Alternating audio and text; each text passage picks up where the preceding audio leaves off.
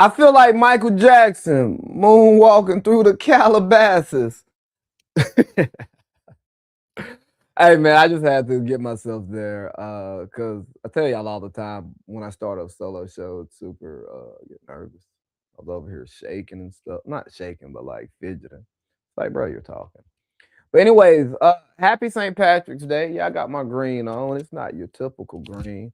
But I got my green on, so y'all can't pinch me.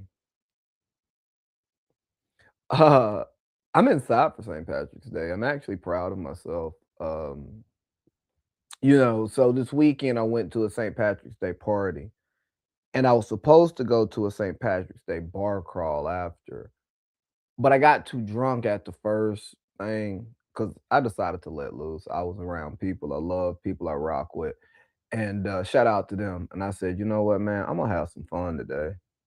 Yeah, nah, I'm gonna get drunk like I used to sometimes. I wasn't driving. I had a designated driver. So it worked out. It was great. It was fun times. Saturday had a good time with the look at me fidgeting and acting all nervous and stuff. Boy, let me stop.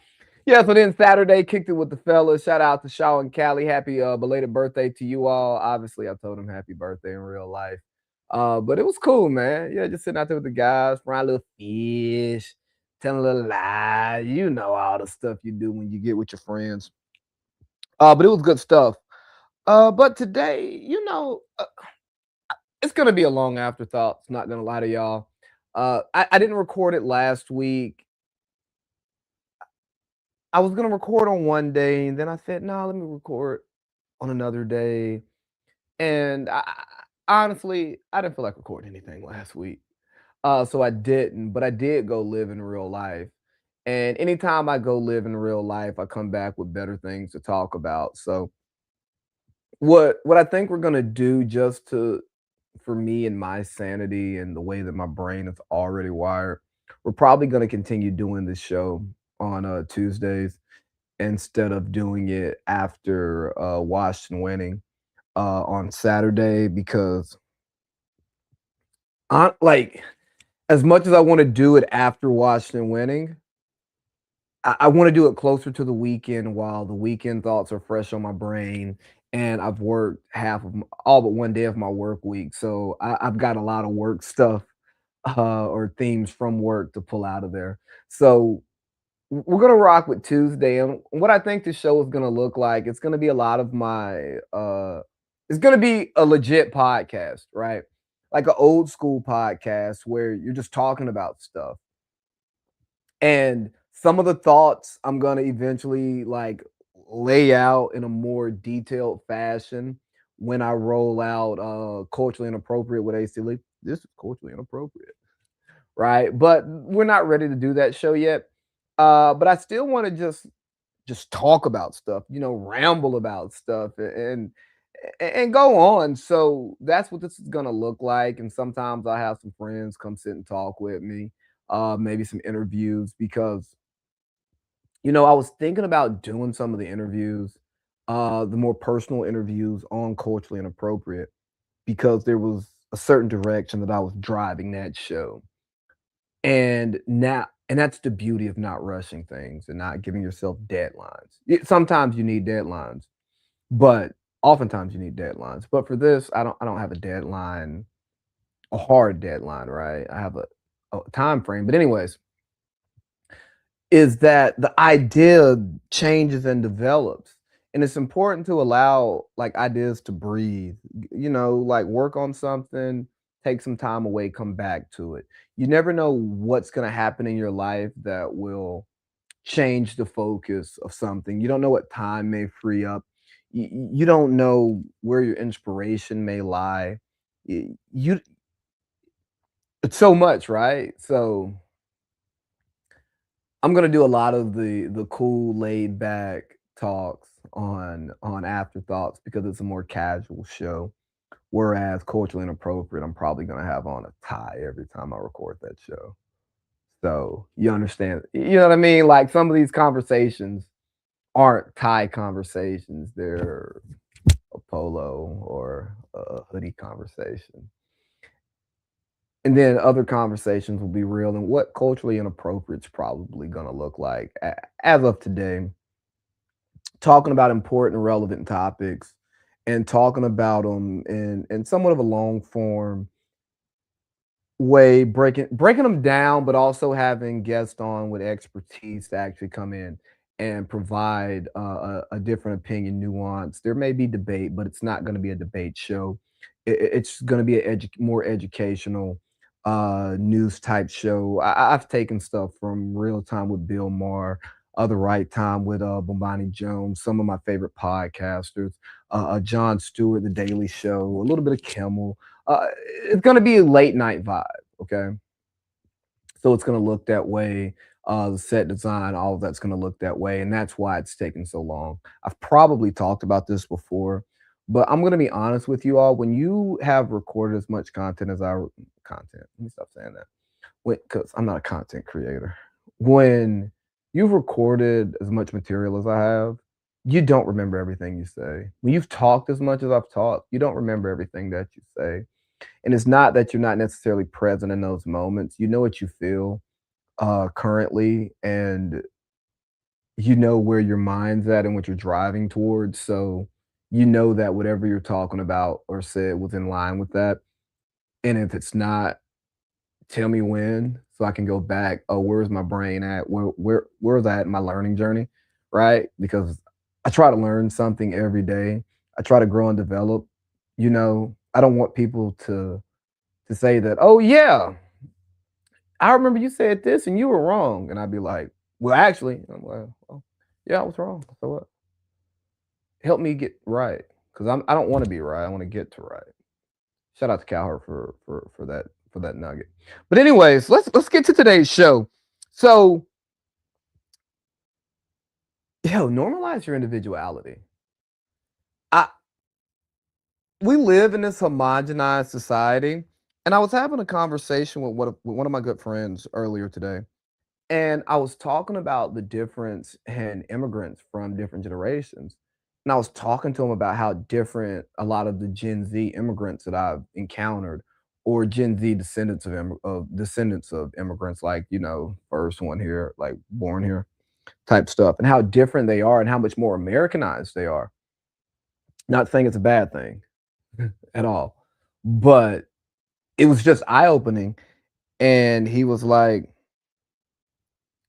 this one world mentality, and I was like, yeah. Yeah, and as we're going towards this one world mentality, man, normalize being an individual. Don't be like everybody else. Yeah, fit into the crowd when it makes sense. Do what you have to do, but be yourself while doing it. I'm not telling you not to wear a uniform because I wore one for 14 years, but I'm telling you, be yourself inside that uniform. Don't become a part of this uniform society in a way that you lose who you are just because you're trying to fit in. One thing I've loved about working in a warehouse and being a part of warehouse culture, it's way more natural. It's less PC, and that's not a bad thing because it's just as respectful as a PC society would be, a PC culture would be, right? But it's people using natural language, using natural thoughts, and not like fitting these thoughts into like the brain of this polished, possibly well read, possibly well educated, possibly well versed, possibly cultured individual, right? And they're usually not all of those things, some variation of them. And in a political environment, yeah, you should be politically correct. I don't even think we should use politically correct as often as we do, right? I think politically correct should be involved should relate to politics, right? Because you're being correct in that field. But what's politically correct in politics is not politically correct in business. You know what I mean?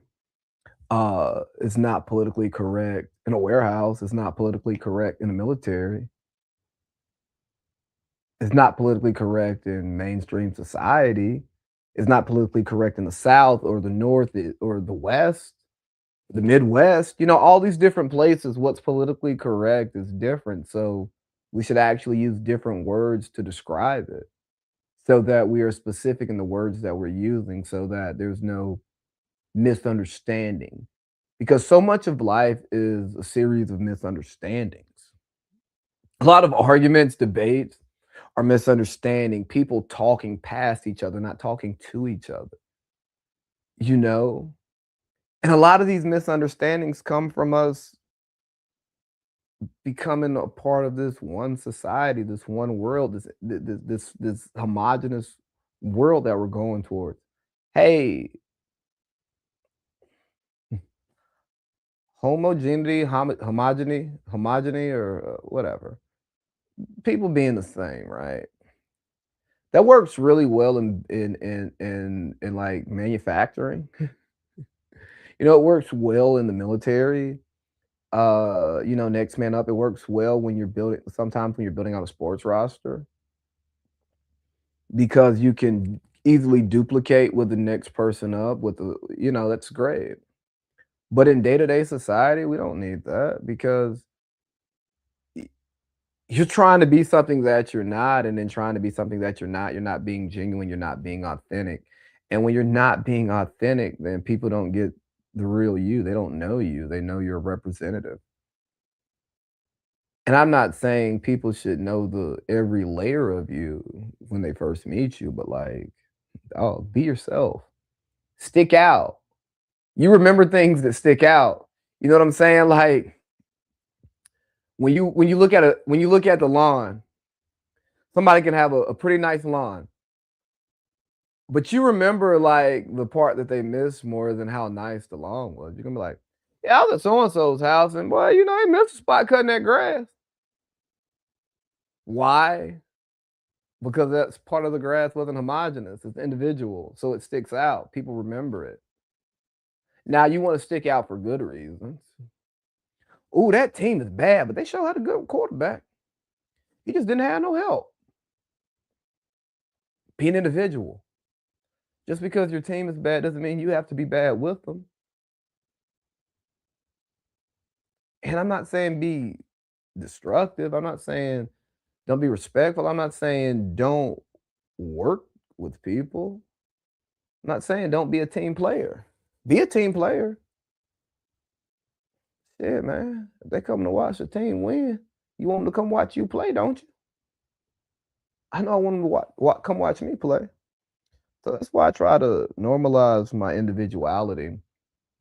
And with that, and what kind of drove me to this is I've been on this quest to like figure out stuff, right? And I know that's broad in general. And it started with understanding um the plight of black people in America. And I started with just doing history of the country. And then you start saying, okay, you got racism. Like, why? Like, why does one other group think they're superior? And if they truly think that they're superior, then why are you trying to affect the outcomes instead of just going out there and just winning the game? You know what I'm saying? Like, why are you trying to win on technicalities? Why are you trying to fix the rules? And that didn't make sense with my logical brain. And then I take the other perspective of, well, what's really coming out of the Black American movement? What are Black Americans saying? And then you listen to that message and you go, we're saying we're a superior race, but we're being held down by the inferior race because they're fixing the rules. And to me, it goes, well, it makes them superior if if you're checking the rules. Again, this is not me saying that the white race or any other race is superior to the black race, because I don't think any race is superior to any other race. I have my preferences, and then I think some people with certain genetic makeup, certain ethnic backgrounds, certain racial backgrounds are better at some things than others because of whatever the culture they come up in or the lifestyles led by those people and the adaptations that were made genetically to, you know what I'm saying? Like, yeah, typically black people run faster, jump higher for whatever reason, right?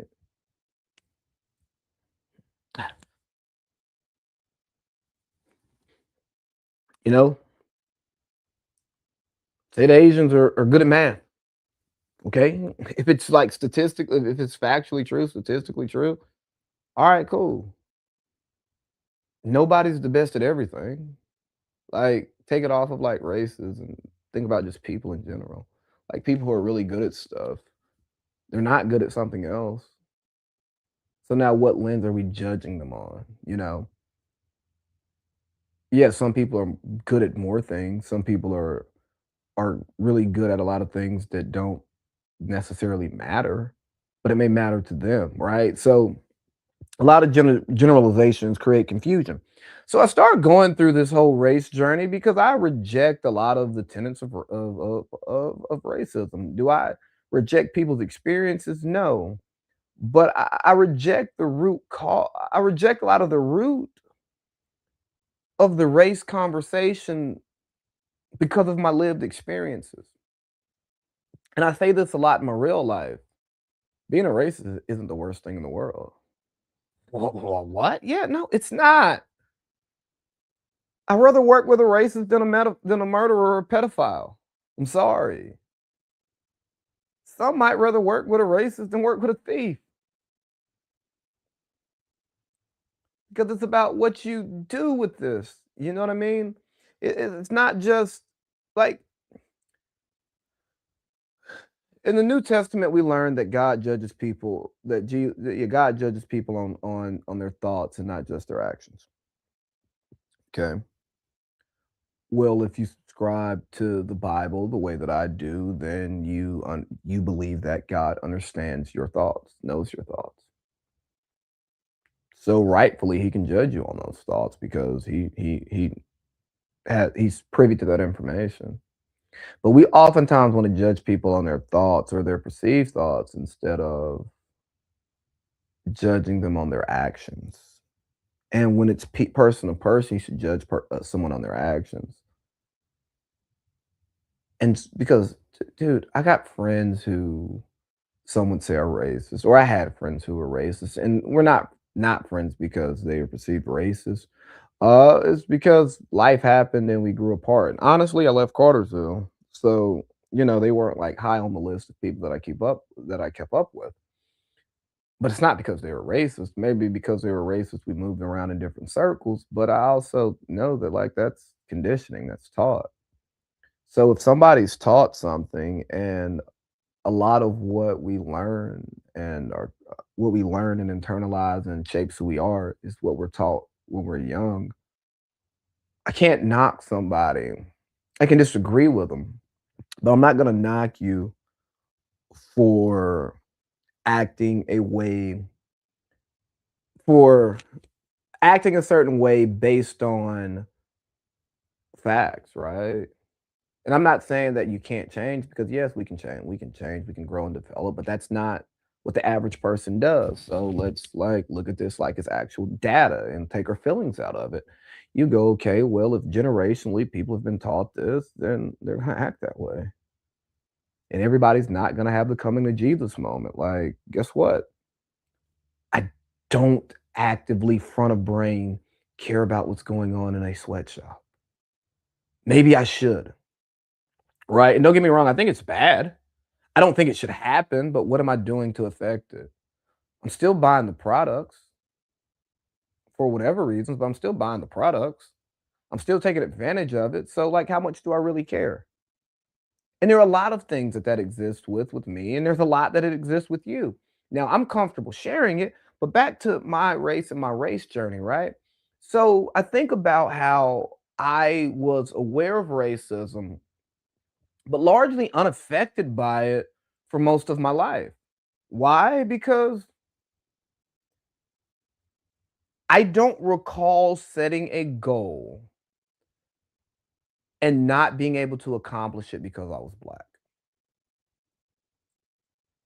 So because and I experienced racism. So based on that, I'm like, well, racism is a thing, but it's not the only thing. There are things that can supersede racism. There are things that can overcome racism. But then I go back to my journey and I go, okay, well, I went to a private school my first 3 years of schooling. My mom left this area, so she had a more worldly point of view. She drive the fairly new Lincoln Town car while I was going to that private school. And at that point in her life, she was wearing pantsuits, dresses, and skirt suits to work every day. So she even looked the part. So, okay, I'm at the school and I'm not on scholarship. No financial help from the school at all. So she's paying for it. So the teachers give a certain level of respect because it's like, oh, you're here, you're peer-ish, right? I mean, you're still a little nigga, but you're peer-ish. And then I get there and I make good grades, and you make friends with your classmates because kids that young usually don't have those deep, terrible things embedded into them in the way that they do as they get older because of the social pressures that come with it. You're a bit more free when you're a kid, right? So you build all these positive relationships, and most of your friends are white. You're going to their houses, you're spending the night at their houses. They ain't coming to my house, but not because I didn't want them to. It's because I just didn't have people at my house like that, period. You know what I'm saying? So, positive experience. Oh, shit, I'm a smart kid, made really good grades, had really high test scores. Not saying that to brag, but then it's like, oh, well, he ain't some dumb nigga here either. So you get treated a certain way. And then I leave that school, go to public school because I wanted to go to school with my cousins and end up in the gifted program. Well, when you're in the gifted program, you get treated a little bit differently. You do. And still a fairly good kid, making good grades, good test scores, all of that stuff, like really good test scores. Um, and then like anything that I missed out on, I could find places where I didn't do well enough, you know? I couldn't say, oh, the SAT is culturally biased. Maybe it was, but I also didn't study for it. I didn't prepare for it. But I had good enough scores to get my ROTC scholarship and get accepted to every college that I applied to. So you go, whether I got in because of my race or I overcame because of my race, I don't know, but the colleges I wanted to get into, the scholarship I wanted, the career I wanted, race didn't stop me. Did I have problems due to my racial and cultural differences in my career? Absolutely. But I didn't get passed over for a promotion until I didn't do my education that was mandatory. Not saying that if I would have done the education, I would have gotten promoted. We don't know because I already knew that I was transitioning out, and there was no point in me doing the putting in the work for an organization that I knew that I was leaving, as opposed to getting my master's degree. So it's like, okay, I've had a fairly successful professional career. Yeah, you have bumps in the road, but then you can also go look at those bumps in the road and go, I did this wrong, I did that wrong, I did that wrong, I did that wrong, I didn't communicate this, I could have been better here. And you go, okay, well, this makes sense. And even when things didn't make sense, you go, well, maybe it was me and my personality. Again, dog, I dealt with Dog, I remember in the Marine Corps, I had somebody say to me, "Why you look like you posted on the block?" And this person was senior to me, and I'll get to this in a different topic. I'm gonna say, "Motherfucker, I ain't been on no block," and I stopped myself because you respect the rank, the authority, and all of that. But the point being was, I don't know if you being Marine Corps funny because people say stuff like that, or if you trying to insinuate that because I'm black and I'm posted up somewhere, but that's not me. That's not what I come from.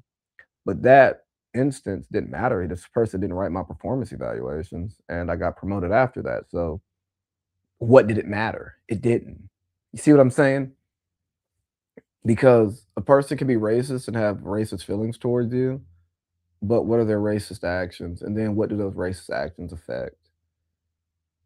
You know what I mean? Like, there's a bunch of prejudiced black people, but they're not in positions of power. There's a bunch of prejudiced racist white people. They're not in positions of power. So like those feelings and thoughts can't do anything. So why would I worry about that? And why would I say like that's the root of my economic problems in America as a black person? Not saying my personal, but you know. So I take all that to say that I think my unique racial journey has opened my mind to trying to understand both sides, multiple sides, um, and why people feel this way, and how do you get to an actual solution? And later in the show, we may get to that solution or what I think a solution is or a path to it. But I just wanted to talk about this racial journey and how it built. My racial thoughts. It's just a fleeting thought, dude. I'm awkward. And I just came to the acceptance of it the other week, like last week, when I was coming up with my notes and stuff. I'm like, dude, I'm awkward. I think a lot. And maybe I overthink, but I like to think. I like to break things down. But just like sometimes, like, dude, you are so awkward. Hey, but I embraced it because it's who I am. And like, I don't want to be cool and all that shit all the time, bro. Like, bro, be weird. And lastly, and this wasn't even a real topic for real. But I was texting one of my friends before I started the show, right? And I've hit a big milestone in my growth and healing journey. And I say that seriously and I say it jokingly. But after the separation from the wife, you go through things, man. You play the blame game. And then you finally stop avoiding and hopefully stop avoiding. I personally did. You start to sit with yourself and you start to look for answers. And And so I was telling him how I can now finally listen to a lot of the music that we used to listen to together, a lot of the music that I rocked with, that I put her on to, like that we actually would like listen to on repeat and stuff. And it's ironic because Pi Day, the 14th, so 3 days ago was the anniversary of our first date. And around this time is when I finally got this comfort, and it was a song that I've been wanting to hear that fell in that era, and I don't even know if it was a song that she liked, but it was that vibe, and I just kept bumping it. I'm like, "Man, bro, I miss this song."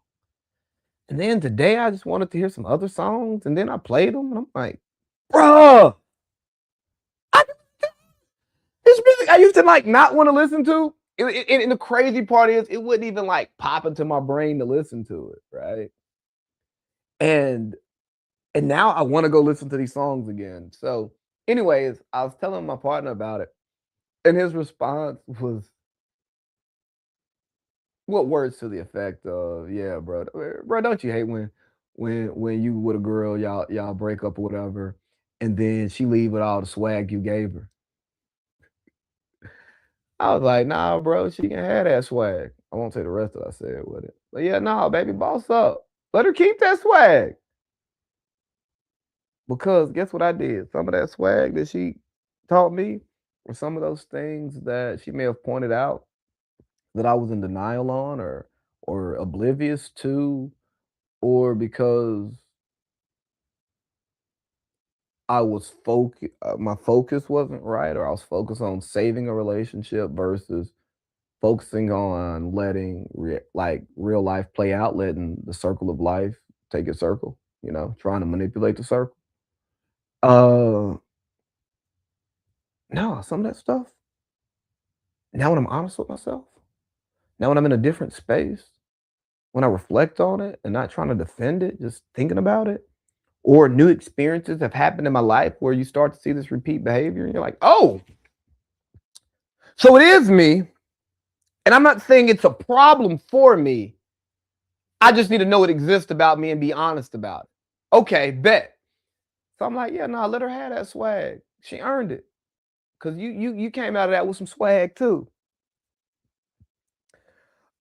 I saw this post today. Whoa, whoa, whoa! What are we doing? Camera, camera, camera. Hey, hey, I'm right there.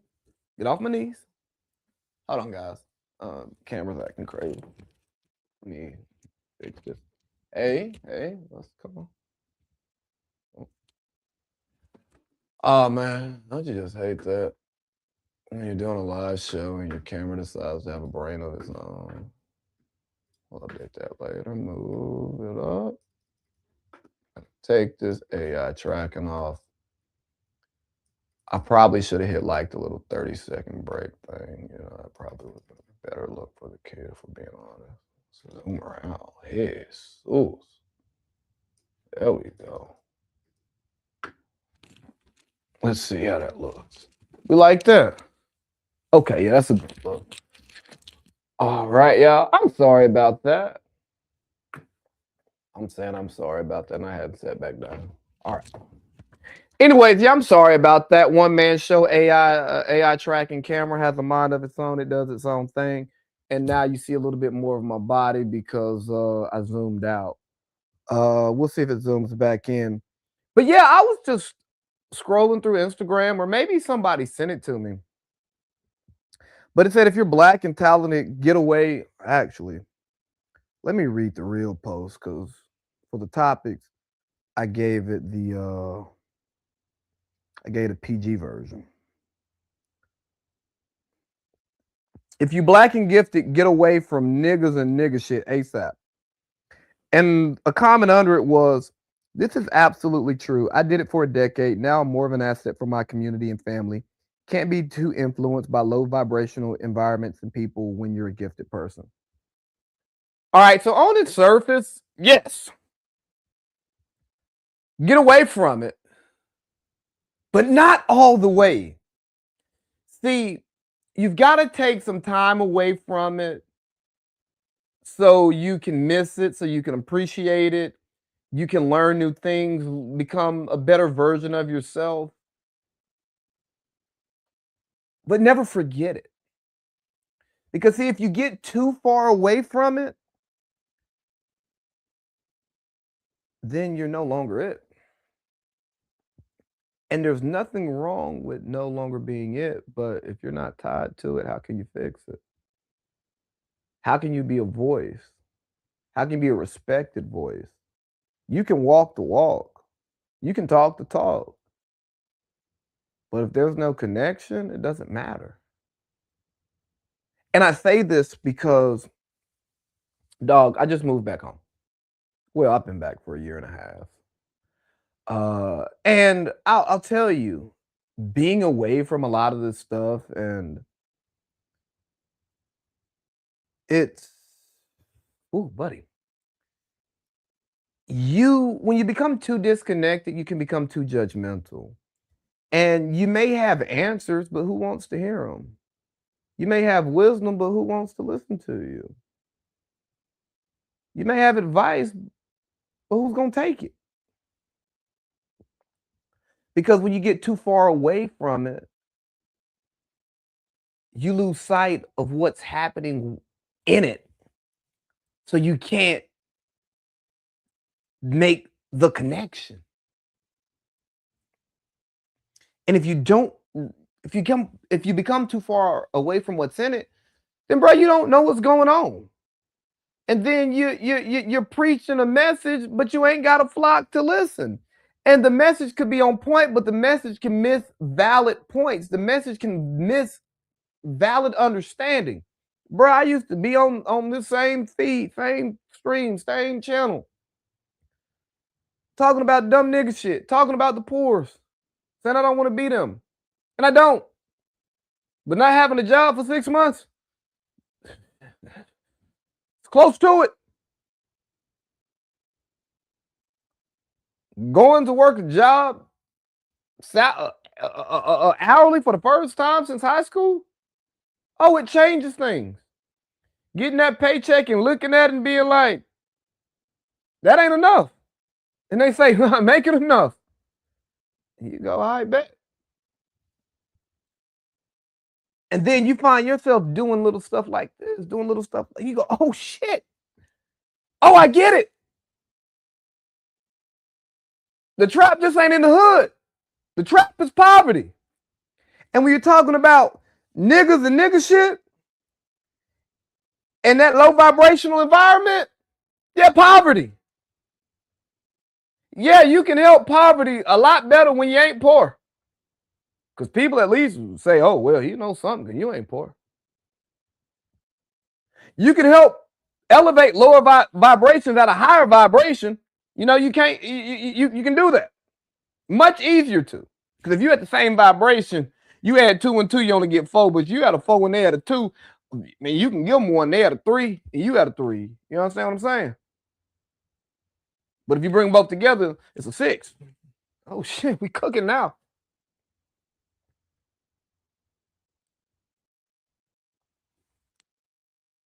But when you're gifted, don't flaunt how gifted you are.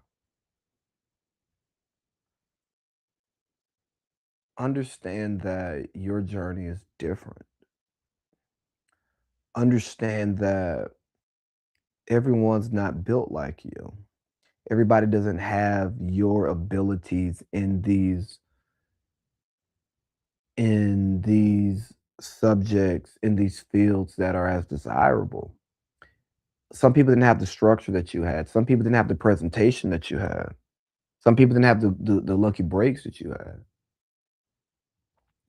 Yeah, that one night at that party, you left 10 minutes early, your partner left 10 minutes late, y'all's life went different. But y'all at the same party doing the same thing. You're not so different, you and I. So as so for you gifted types, you college types, you know, that's what I'm really talking to you, you college, career, high earning types. Yeah, you gotta leave the nigga shit to help yourself, but don't get too far away from the nigga shit that you can't help get rid of the nigga shit. Cause see, you lost it. And see, you get to be that token friend. And if you handle it the right way, you get to show your friend, your other friends, right? That hey, a lot of this nigga shit that you perceive as nigga shit, I do too. And I do it, and it doesn't actually matter. It doesn't affect anything. But like this poverty piece, this oppressed piece that you may not understand is really the problem. It's the oppression. It's the poverty. But also, you do gotta get away from nigga shit and low vibrational energy. Because if you're trying to elevate, all it's gonna do is bring you down, right? Because hey, if you're at a 4, right, and then you pair that with that 2, well, 4 and 2 make 6 divided by 2, now you're at a 3, right?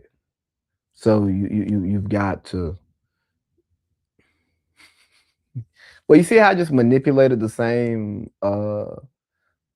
comparison and created different conclusions? Be careful of research, follow the money, see the point that they're actually trying to prove because people can alter evidence to prove a point.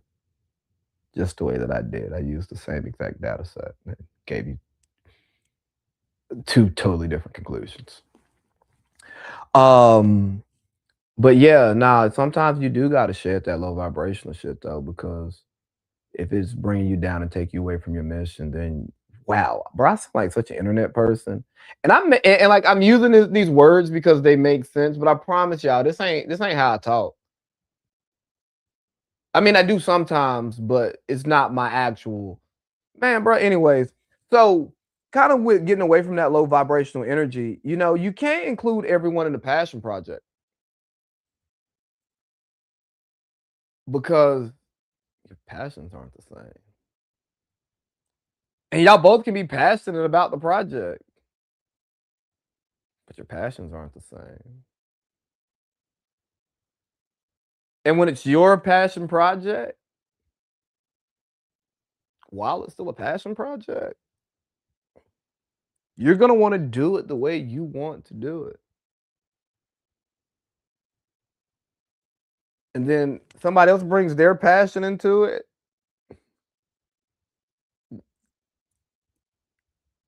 You see what I'm saying?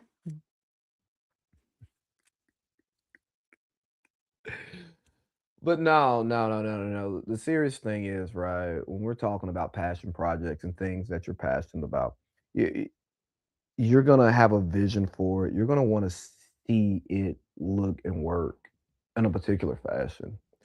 And when it doesn't, it can derail it.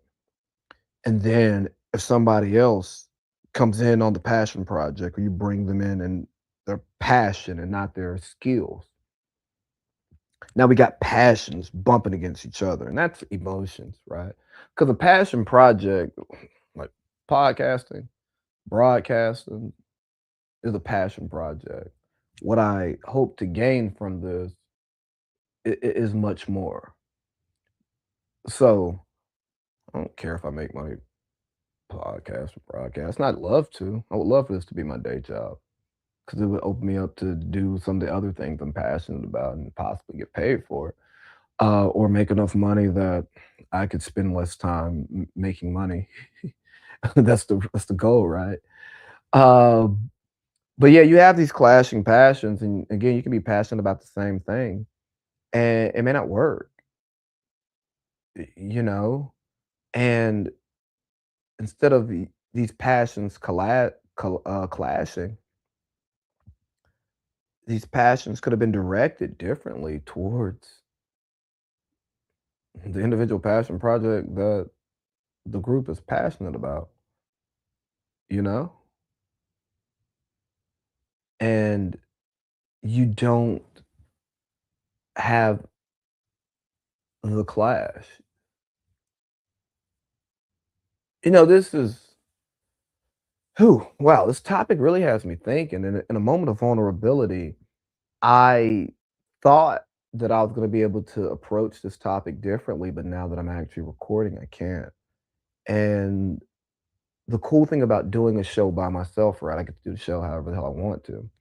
And one of the reasons why I started developing the concept of this Afterthought show is because there were so many things on the other shows that I didn't talk about, couldn't talk about, or get my point across in the way that I wanted to.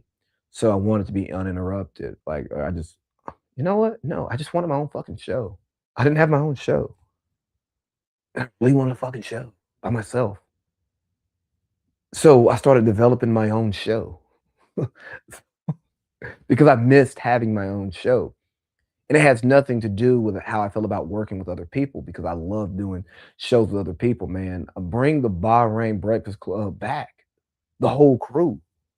I mean, the whole crew. I would love to shoot that show once a month. Bring back I'm sorry, Sean, I forgot the name of our show, but bring it back. And I'm not bringing back Big Baby's podcast because, Big Baby done grew up, but we got afterthoughts, you know. I think it's gonna be afterthoughts of a hypocritical hippie. Well, we'll see, we'll see. But no, so like this is it's one bro, it's just hard talking about your real life on microphone, right? And I talk about this, right, because we're not doing Washington winning anymore. And I won't get into it publicly, because it's not for public consumption. Uh, but shit, man, it was a tough decision. Fuck. Wasn't the easiest decision. And I won't get into, bro, I won't even get into my decision making because it's not important. Uh, not for this. It's important, but not important for everybody to hear. But yeah, clash and passion. And um, shout out to Marv. Marv talked to me about, hey, bro, you got to stand on your own, man. You got to stop doing all this stuff with people, being close to power, doing stuff off cosigns and this and that. And, bro, just put yourself out there and do it yourself. And again, none of this stuff had anything to do with me no longer recording the Village Vets because this conversation happened months ago and I was already doing things to establish myself. I'd already recorded some afterthoughts before, so it's not like I just recorded the show for the first time after that, right? But that, it rang true. And I was having a conversation with a confidant a couple days ago, and we were talking about a relationship in my life that doesn't exist in a positive way anymore. And I was talking about how I didn't realize it until I said it in this moment a couple of days ago. Oh, I used that relationship as a crutch. Oh shit. Well, I be using crutches and got good legs. And shout out to Marv for helping me to come to grips with that. Shout out to Cindy for helping to come to grips with that. Yeah, so like crutches are fine when your legs are messed up. But just think how much slower you move when you have crutches and your legs are functional. The difference between see, when you got a broken leg, the crutches help you move faster. So the tool is a benefit, net gain. But when your legs are fine and you're using crutches, yes, you're still moving, but you're moving much slower than you can. And I have used, I've allowed fear to allow me to use people as crutches and not use these people. No, because the relationships, everything was pure. But I became so reliant on these relationships because of self-doubt, a fear of rejection, childhood trauma, middle school trauma, adulthood trauma, life. We gotta stop calling everything trauma, it's life. Check the lens you're looking through. I promise you, if you take bad experiences and you look at them from what can I learn from this? How can I be better from this? What did you know what I mean?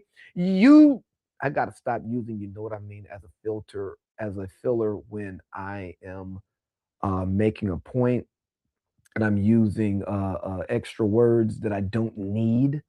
And then I decide that I want to cut it off. Okay. Sorry. But pure relationships, but relying on people to do things that I can do myself. And then expecting people to do things the way that I want them done without doing it myself.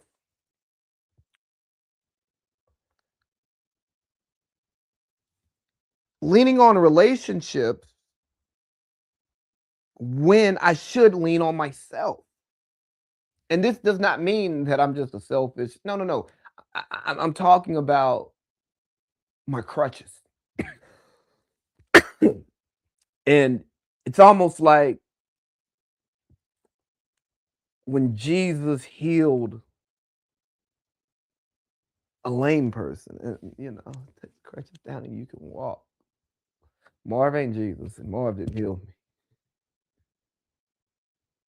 me. But you understand the comparison. It's like, man, you can walk, stand on your own. And the beautiful thing is, right, when you stand on your own and you don't use the crutches,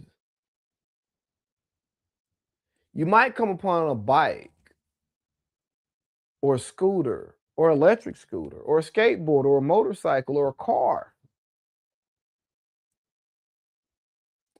And see, now those relationships are amplified. And it's not because the pairing, the person in the new pairing, the people in the new pairing are better.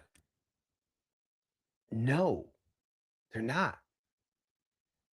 They're just aligned with where you are. They complement what you're doing. So the compliment's going to propel you versus a tool that's slowing you down. Because going back to everybody's not invited to the passion project, when their passion and your passions aren't aligned, you become ineffective tools. You become crutches for able legs instead of a car for a long drive. That probably would have been a great conclusion to the show, but no, we're still going. I was watching a clip on the four letter, and this is a quick thought. And hey, we're all sellouts, but just don't be a cheap piece of ass. Sometimes you hear people on networks talking, and you just go, Jesus, you're bought. And like, you're not even bought by a specific entity. You're just bought. You're just grabbing the ankles for a good time. You pay me. And again, we're all sellouts, okay? We go to jobs that we may not be aligned with. We may take money from people that we don't agree with, but we can rationalize it. But man, if you can help it, don't come cheap. Have some type of moral compass. Have a code.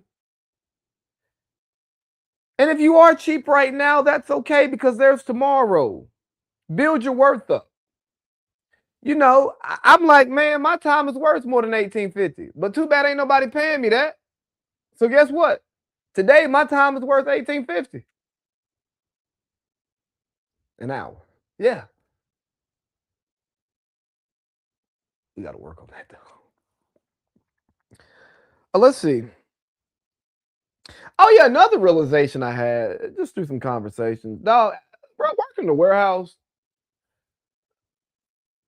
you got the Drewski video, little skit. You got people talking about it, but until you really work in it and live in it, bro, you just don't realize, man, bro, everybody just getting at somebody all day long. And I'm not saying it's you actually trying to get your rocks off, you trying to link up, hook up, none of that. I'm just saying throughout the course of the day, it's just it's just such a pure environment, man. I honestly am so happy that I was a supply officer in the Marine Corps. I'm happy I got a master's degree in supply chain management, and hopefully very soon, excuse me, a master's degree in supply chain management from the University of Tennessee, Knoxville. Rocky Top will always be home sweet home to me. But anyways,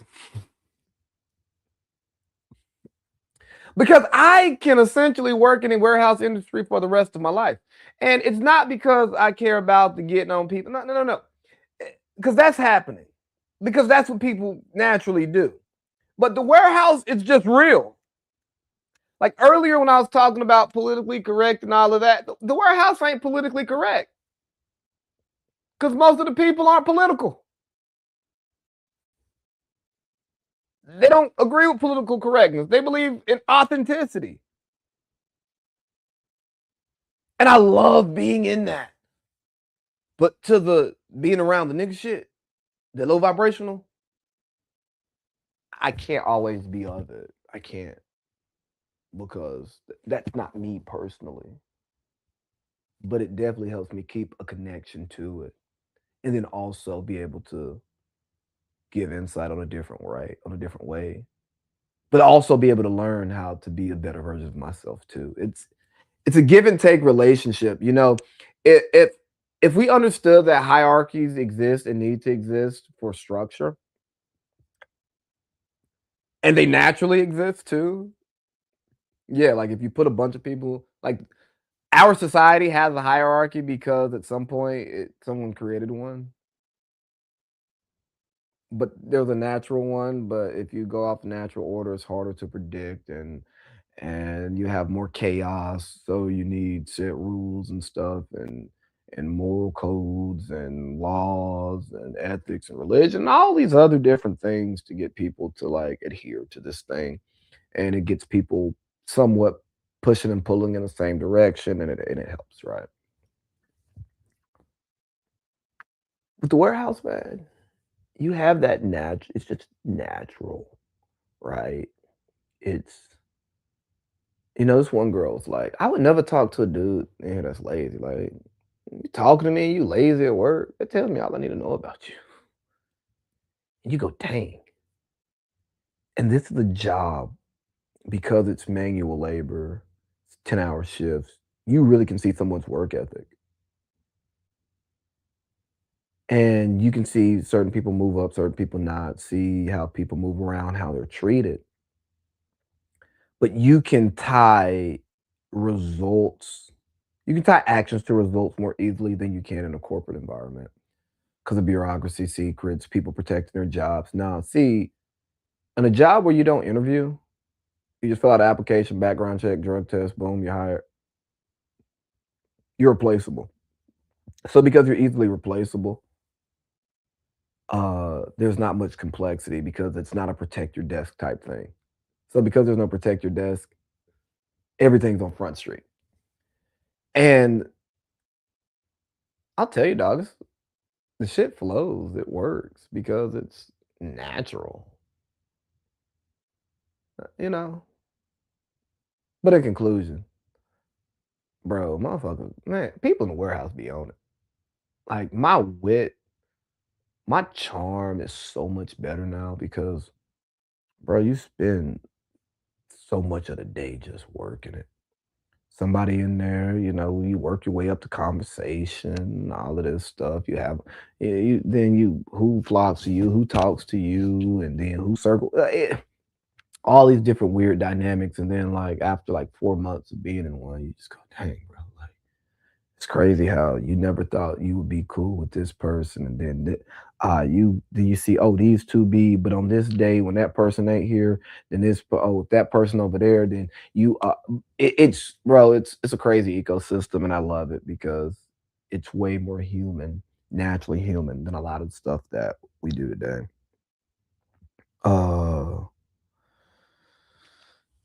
All right, so this is a thought, right, that may develop into a conspiracy, and I may actually put some research behind it. So, social media definitely killed blind vulnerability. The smartphone, phones, our society has killed like blind vulnerability. You think about it, you used to call somebody's home phone, or you might call someone's pager and tell them to call you. And there was a time when people didn't have caller ID. So you just answer the phone when it rings. Now, if I don't know this number, I'm not answering. Shoot them a text, hey, what's up?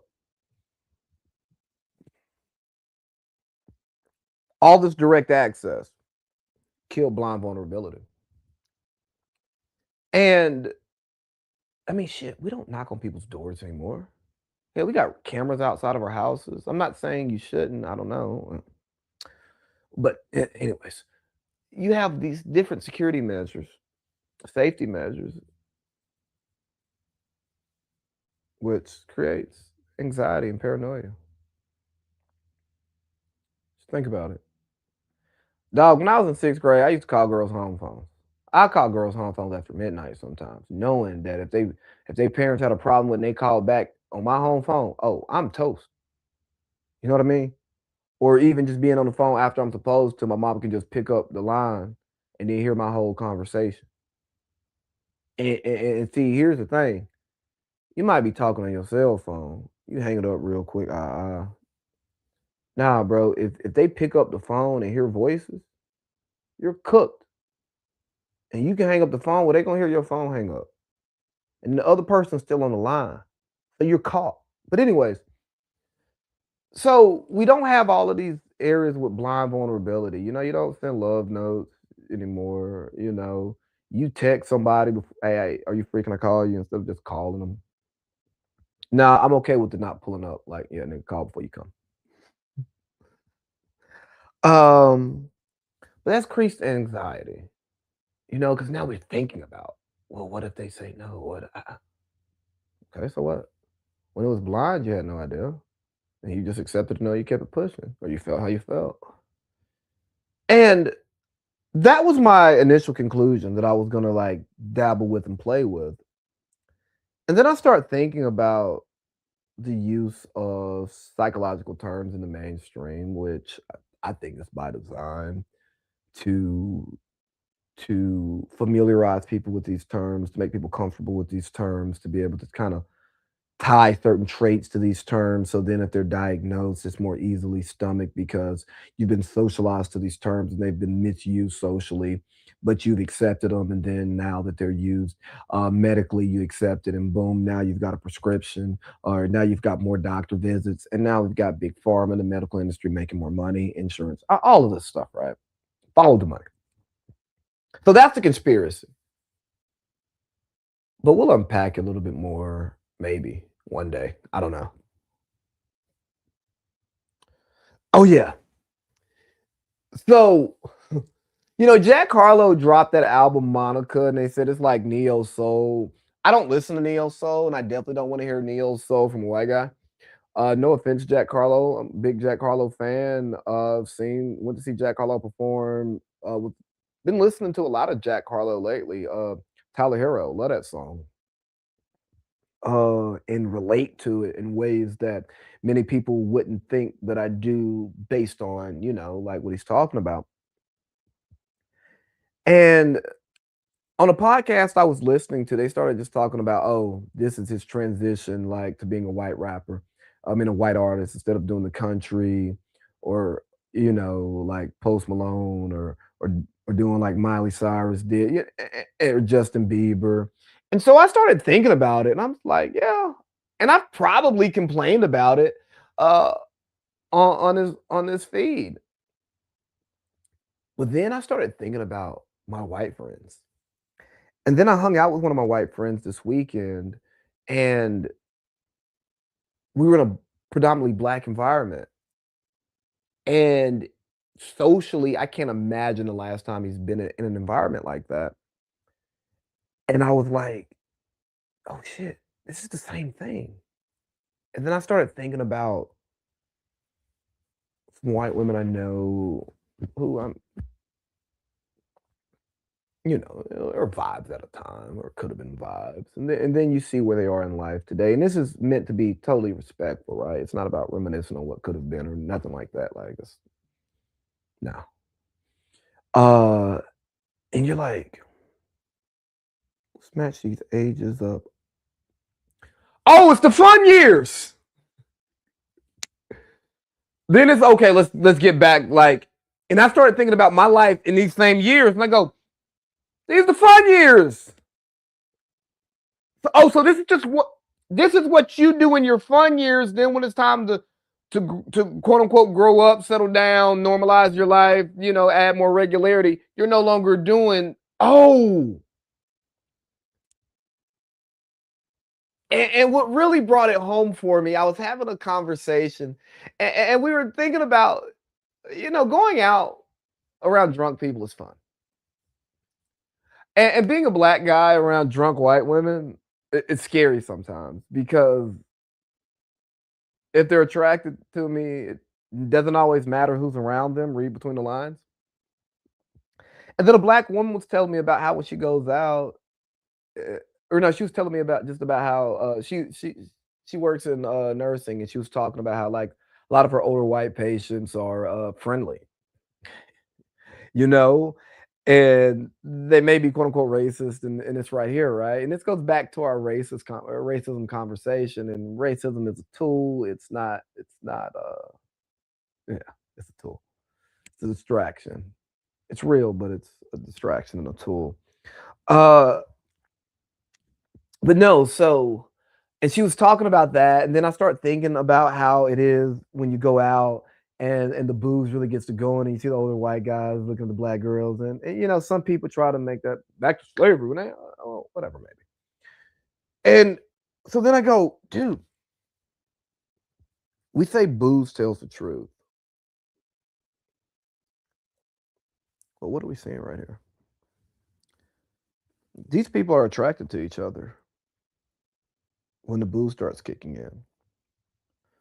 But the social pressures keep them separate. Same thing with the blackface, right? While it was socially acceptable during the fun years to go through the blackface, you know you're looked at differently when you carried into your 30s and 40s. And I'm not saying it's wrong. If you're comfortable with that lifestyle, have at it. Do what you want to do. Don't do what I want you to do. I'm going to do what I want to do. So you should do what you want to do. And I go, oh, it's the same thing. Okay. If racism is taught behavior, and then there's social pressures. Oh, some people at their core may not truly feel this, but they perpetuate it because of social pressures, because you want to get what you want or maintain what you have. And I'm like, that's a thought there. And it's such a hard thought to share because talking about racism is so taboo. And being and well, I won't excuse me. Having unpopular opinions on racism is taboo. Having honest conversations about racism is taboo, especially in a public forum, because now you can be held to your words. You can be misunderstood, you can be misquoted, you can be taken out of context. You can do all of these things. And I'm gonna clip this video up, so I'll all of those things will probably happen to me on social media, and I don't care. But I'm like, okay, it's not so racism is a distraction and a tool to confuse us, both the victims of racism and a majority of the people who push it and act on it. And you're like, what? No, I go, bro, it's a distraction because follow the money. Follow the money. Look at the large banks and their subsidiaries and their origin and who owned what and how this company came alive and how who donated to this school and this and that. And you'll find out, oh, okay, money, people get it, people want to protect it. Power, people get it, people want to protect it. Oh, what's the best way to draw a line in the sand in the difference? Because if I have money and power, I want to be insulated. I know there's going to be people who have issues with it, but how do I protect myself from the people who have the issues with other people who have the same issues? Oh, in a melting pot like America, you look different than me. Y'all are on that side, we're on this side.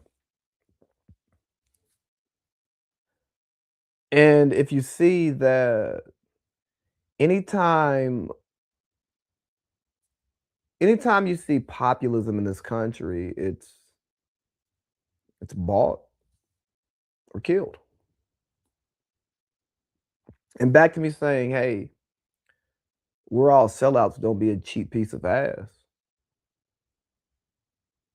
There's a size that this platform could grow to where I'd become less radical.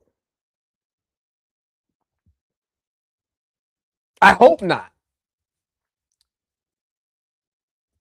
But I'm also well aware of, bro, I've made decisions with my platform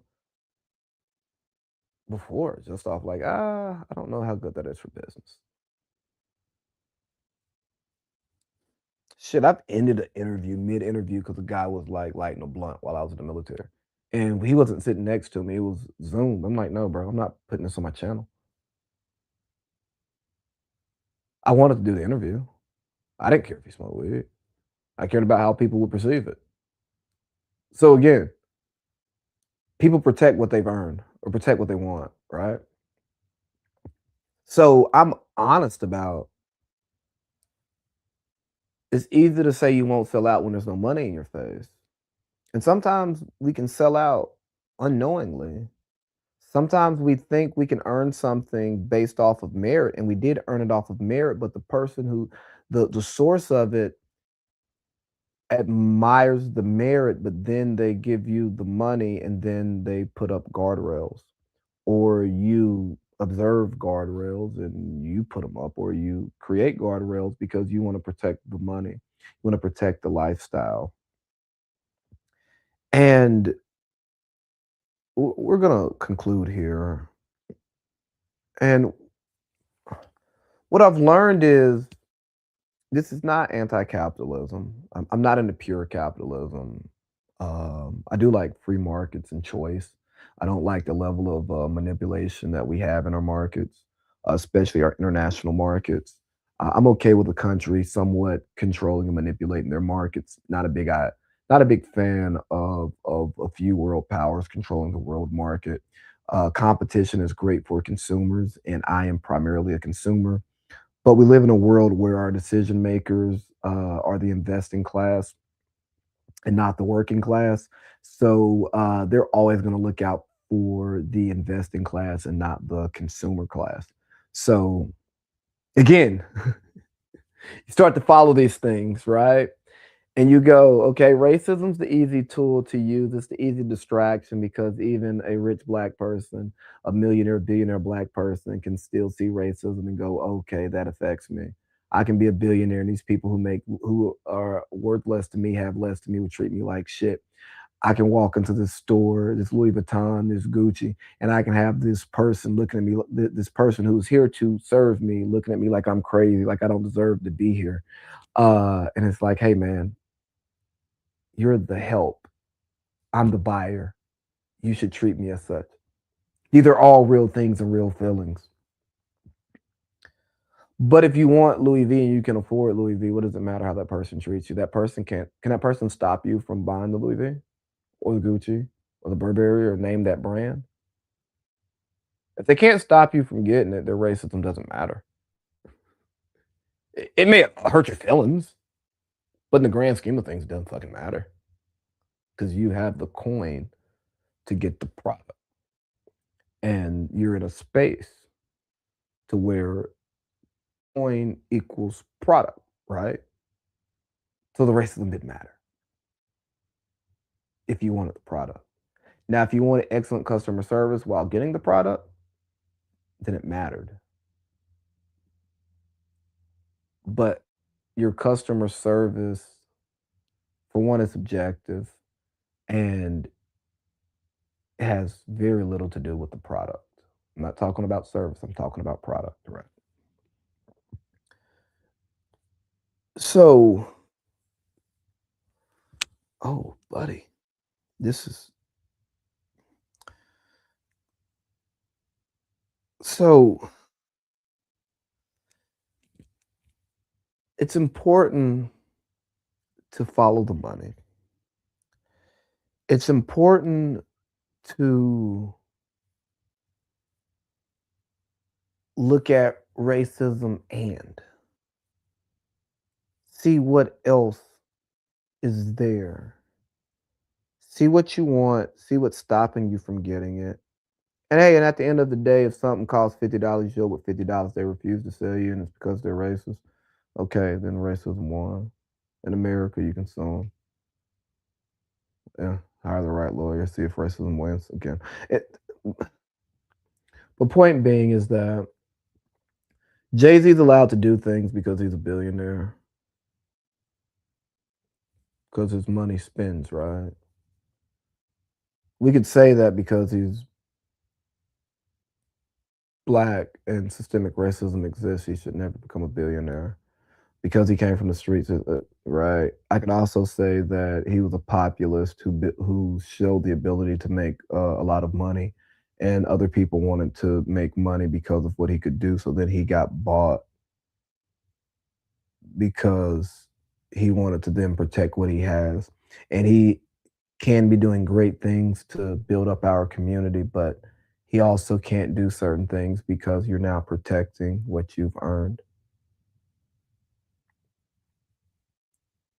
So sometimes we should downsize. And I'm not saying downsize your goals, I'm not saying downsize your expectations, but figure out what you actually want. And in this society where everybody's pushing being lean, it's, hey, if the companies are going to get lean, we also have to get lean. If they're going to be lean in production, lean with their materials, lean with their staffing, we also have to be lean with our consumption because we've been sold a lie. We were sold that, hey, being rich makes you free or gets you freedom, right? The goal is to get rich. The goal isn't to get rich, the goal is to get free. Have the independence to make the decisions that you want to make when you want to make them, or be comfortable with the timelines and when you can make those decisions. And that's different from everybody else. For some people, that is rich because they're a slave to the money. But the goal is freedom and independence. And if I learn nothing in my supply chain program, the easiest way to increase profit is to cut costs.